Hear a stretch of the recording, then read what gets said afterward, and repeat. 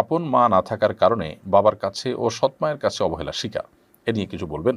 আপন মা যাদের নেই তাদেরকে তাদের বাবা এবং অন্যান্য আত্মীয়স্বজন যারা আছেন, সৎ মা সহ অন্য যারা আছেন, তাদের প্রত্যেকের উচিত তাদেরকে আলাদা কেয়ার করা, কারণ তারা অসহায়। মাহীন একটি শিশু বা একজন সন্তান অন্যের করুণা, অন্যের স্নেহ, অন্যের ভালোবাসা অনেক বেশি তার প্রয়োজন। অতএব একজন ভালো মুসলমানের কাজ হবে তাদেরকে স্নেহ মমতা দিয়ে বড় করে তোলা। সৎমারা নানা কারণে যে হিংসা করে থাকে, অনেক সময় বাবারা নিজেরা পর্যন্ত পাষণ্ডের মতো নিজেরই সন্তানের প্রতি আপনার বিরূপ আচরণ করে থাকেন তাদের মায়ের মৃত্যুর পর, এগুলো সবগুলো সুস্পষ্টভাবে জুলুম এবং হারাম।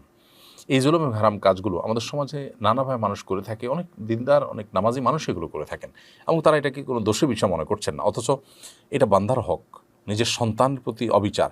এমনকি যিনি সৎ মা, তার জন্য এই সন্তানদের প্রতি সদাচরণ করাটা